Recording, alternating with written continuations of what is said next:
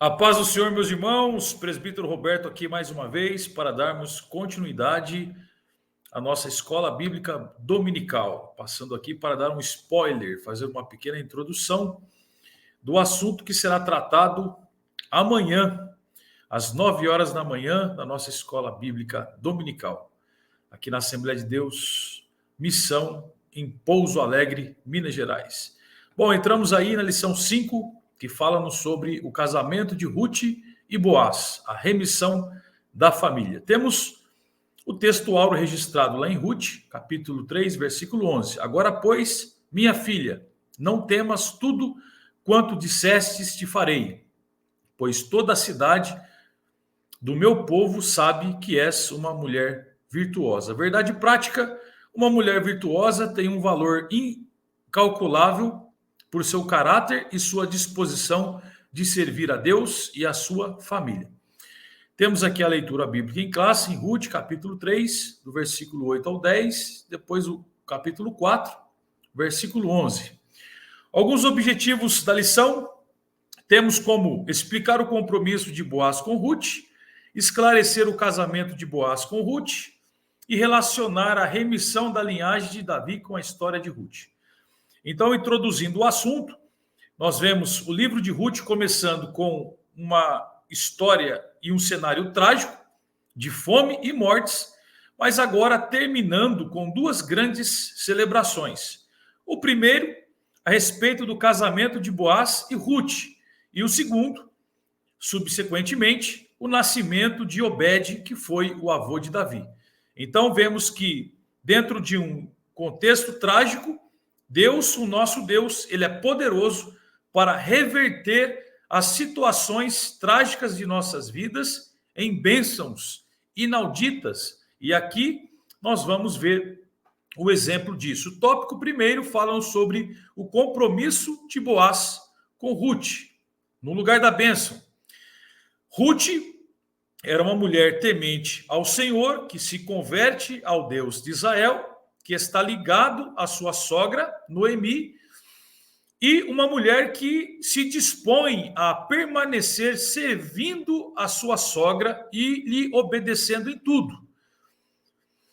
A Bíblia vai nos dizer, e a história é que essa mulher ela não se aventurou, em se tornar uma mulher autônoma e independente, ou passar por cima da autoridade matriarcal de sua sogra, Noemi. Ela não busca falsas liberdades com um certo tipo de ideologia feminista. Noemi, ela tinha esse desejo de vê-la casada novamente, e a sua nora lhe mantém submissa e acatando para si os seus conselhos.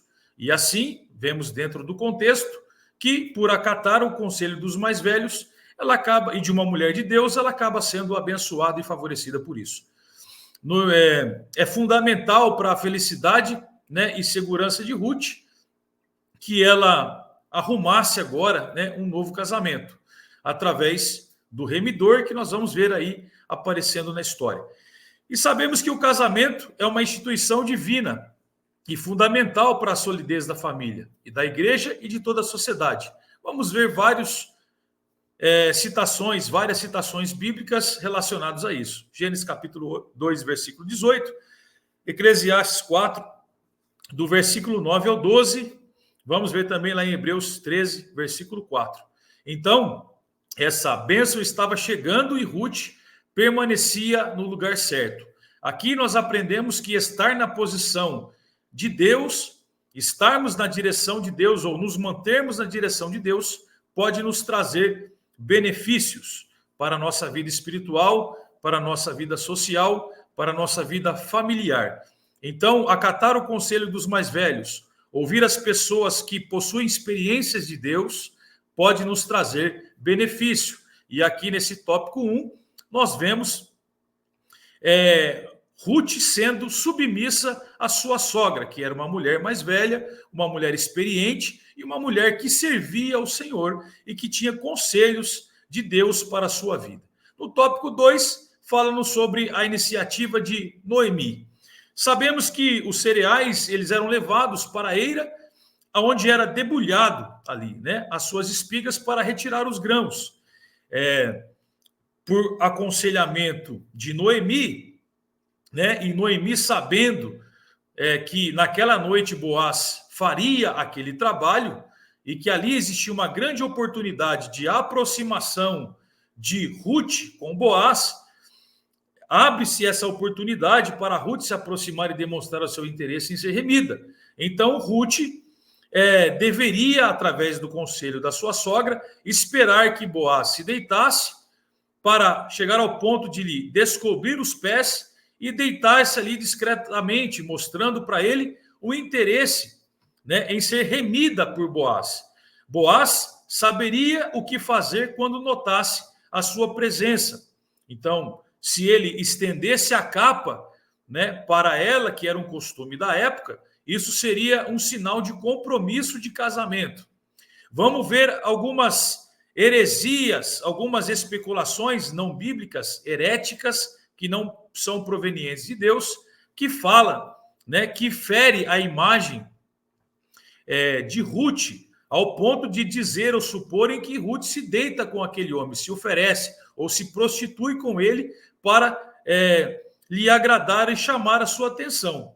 Mas isso não acontece dentro do contexto. Isso é uma heresia, né, defendido por alguns teólogos de gabinete que não tem compromisso com a palavra de Deus, porque nós vamos ver que aqui, antes do casamento, e Boaz sendo homem de Deus, era proibido que o homem se deitasse com a mulher, porque isso era descrito como um pecado nas tribos de Israel.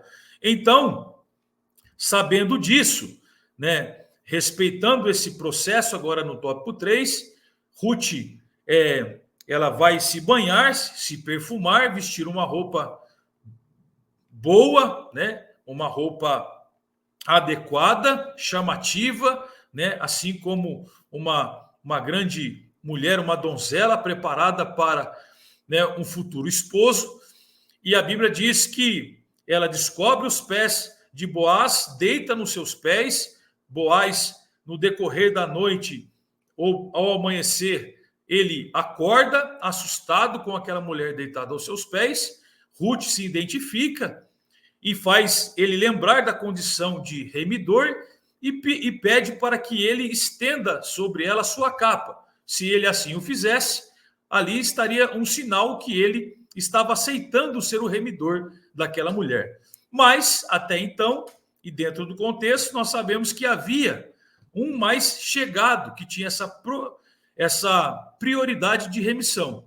Então, Boaz ele deveria respeitar esse processo. E é o que ele fala para ela: olha, se caso aquele mais próximo da sua família se recusar em ser o seu remidor, então eu farei, estenderei a minha capa para você. E o contexto deixa claro que não há nenhum contato íntimo entre Ruth e Boaz antes do casamento. Ela passou o restante da noite ali deitada aos seus pés e de manhã sai bem cedo para não ser percebida. E aqui nós aprendemos, né, que agindo da maneira certa, agindo da maneira correta, sábia e na direção de Deus, nós podemos alcançar as graças e as bênçãos de Deus. A bênção ela pode ser perdida se não soubermos esperar o tempo certo e respeitar o devido processo. Então, tinha que acontecer ali o processo, né? O respeito mútuo um pelo outro, né? Se caso o remidor próximo ele decidisse não assumir ali o papel do costume de Israel em comprar as terras e também passar pelo processo, a lei do levirato, então Boaz seria o próximo pretendente. E assim acontece. No tópico 2, nós vemos o casamento entre Boaz e Ruth, a conclusão do negócio. Boaz ele toma uma atitude como um grande homem de Deus, e é isso que nós temos que fazer. O homem, ele é o cabeça, né? Nós somos colocados por cabeça da mulher, sacerdote do lar, e nós temos, dentro dessa escala hierárquica divina, nós temos um determinado grau elevado da responsabilidade dentro da nossa conduta masculina, no quesito das ações, né, de tomar partido, frente para a resolução das ações em relação, né, ao contexto social entre nós, homens e homens, e também no contexto familiar. O homem é o sacerdote do lar, é aquele que toma frente, é aquele que intercede, é aquele que representa a sua família, né, é aquele que toma as decisões juntamente com a sua esposa, mas é aquele que dá o veredito nas decisões. Então, Boaz, ele age rapidamente, como Noemi havia dito, como todo homem deve ser preparado para tomar essas iniciativas na vida, principalmente sobre casamento e a vida conjugal. Então, em primeiro lugar, ele tem atitude. Em segundo lugar, ele tem amor responsável e honra a mulher como vaso mais fraco, né? O que acontece? No tópico 2 fala sobre o resgate e lei do levirato. Boaz, ele vai para a porta da cidade, onde ele vê aquele remidor, o parente mais próximo, se aproximando, que ia passando por ali, nada por acaso, porque tudo isso já era um plano de Deus. E ele assenta-se ali, fala com o remidor e diz: olha, a oportunidade da remissão, né, é destinada a você, que é o parente mais próximo.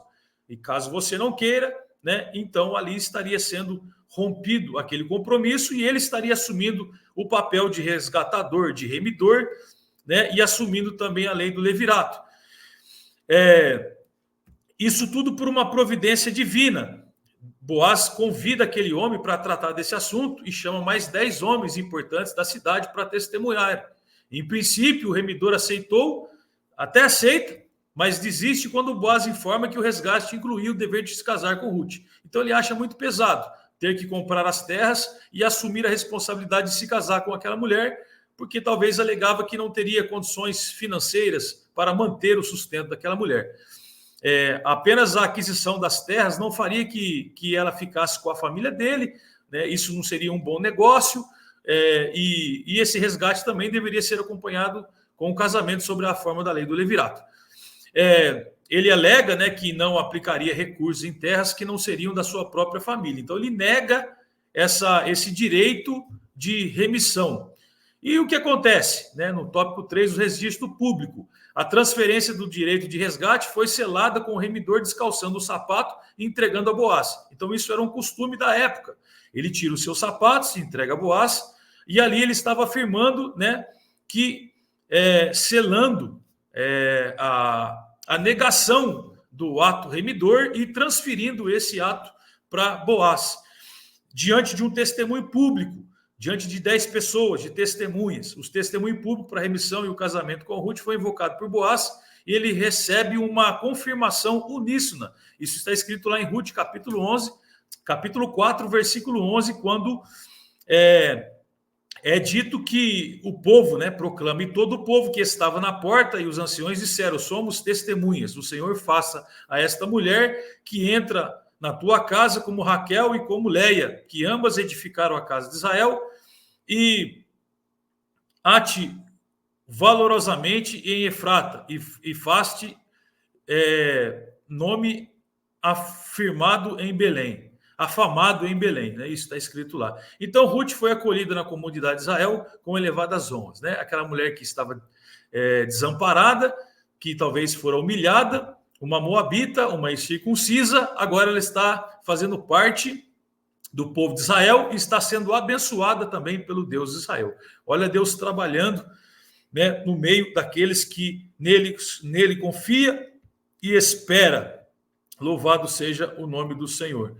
No tópico 3, nós temos aí a remissão da linhagem de Davi através de Ruth e Boaz. Por quê? Porque da junção de Ruth e Boaz vai haver o nascimento, consumando ali o casamento de Boaz, né? Porque agora é consumado esse casamento, porque agora ele poderia tomar Ruth como a sua mulher, ele deita-se com ela, o Senhor lhe agracia com a concepção de uma criança, que esse futuramente chamou-se Obed. Nasce aí o avô de Davi, louvado seja o nome do Senhor. Foi grande a celebração das mulheres de Belém, pois entendiam como Deus estava agindo em favor de Noemi. Agora, antes, aquela mulher amargurada, agora que acreditava estar sobre o castigo divino, né? E agora ela está, Noemi, essa viúva de Ebimeleque, ela recebe uma renovação da vida e teria alguém que cuidaria dela em sua velhice. Então, através agora do casamento da sua nora, de Ruth com Boaz, Noemi passa a ser agraciada e abençoada por Deus. Deus aí, então, restituindo a alegria daquela mulher, né? Tirando, jogando por terra aquela tristeza do luto e da decepção, né? Da desilusão. Agora Deus está resgatando a felicidade daquela mulher. Agora inicia o começo de uma nova fase na vida de Noemi. Os netos passariam a encher os olhos daquela sua avó de orgulho e de alegria, porque agora ela estaria amparada com a restituição da sua família. A alegria dos netos, a família, a alegria do lar, a alegria de ver ali a sua nora casada com Boaz, né? Olha Deus, que Deus maravilhoso. Neles, os idosos projetam o prolongamento da vida, recebem novo ânimo e encorajamento. É uma recompensa por terem tido filhos e se dedicado a eles. Então, isso é consequência da semente de Elimeleque aí sendo preservada. E dentro de um contexto espiritual, para que nós possamos entender aí, esse Boaz, ele é um tipo de Cristo. Por quê? Porque o Deus Israel encontrou Ruth, cuja vida foi guiada por um caminho de renúncia, amor, pureza e muita submissão. Ela, como tipo de igreja, encontra-se com Boaz, um tipo de Cristo, o nosso Redentor eterno. Então, nós éramos como Ruth, incircuncisos, distantes do arraial de Israel, do Senhor, mas através da graça, do favor não merecido de Deus, para nós encontramos com Jesus, e Boaz é esse símbolo, Boaz e Ruth, Boaz Cristo, Ruth a igreja. Isso nos dá um entendimento, a tipologia, o prenúncio, né, do casamento entre Cristo e a igreja, entre o Senhor, né, o Todo-Poderoso, aquele que tem, né, uma grande herança para o seu povo, com aquela que estava desamparada, que estava longínqua. Agora, pela aproximação, através da graça, nós nos unimos em Cristo Jesus através do casamento entre Cristo e a igreja e podemos ser abençoados pelo Senhor. O casamento de Boaz e Ruth tornou-se um tipo de relacionamento espiritual, ou do relacionamento espiritual entre Cristo e a igreja. E para concluir esse spoiler, dentro da conclusão, a história de Ruth é uma história de redenção. Uma moabita foi não somente remida, mas entrou para a genealogia de Jesus Cristo. Olha, Deus pegando aquela mulher do monturo, que não era nada, que não era nem da descendência de Israel, introduzindo ela na genealogia do Cristo, do Salvador do mundo. Louvado seja Deus. Ruth proclama a graça de Deus que se manifesta a todos e que nós possamos proclamar com poder a vida e a obra de nosso Redentor e Salvador Jesus Cristo. Que Deus continue nos abençoando, abençoando a sua vida. Concluímos aqui que o interessante, às vezes, não é começar bem, mas é terminar melhor. A nossa vida, ela sempre vai estar ou ser marcada entre altos e baixos, períodos talvez de lutas, de adversidades, de humilhação, como passou aquela mulher Ruth, mas que agora, pela graça de Deus e a bondade e misericórdia do Senhor, ela está sendo agraciada com a preservação da sua descendência, da sua família, e é aquilo que o Senhor tem feito para conosco, para aqueles que se posicionam, para aqueles que esperam com paciência no Senhor, para aqueles que confiam no Senhor, porque a palavra de Deus vai nos dizer que todas as coisas contribuem para o bem daqueles que amam a Deus. Que eu e você possamos confiar no Senhor, que nós possamos continuar esperando na graça, na provisão, no mover, no trabalhar de Deus, porque o Senhor é grande, misericordioso e bondoso para nos abençoar. Que Deus vos abençoe em Cristo Jesus e, se Deus quiser, até a próxima aula, a próxima semana, em nome do Senhor.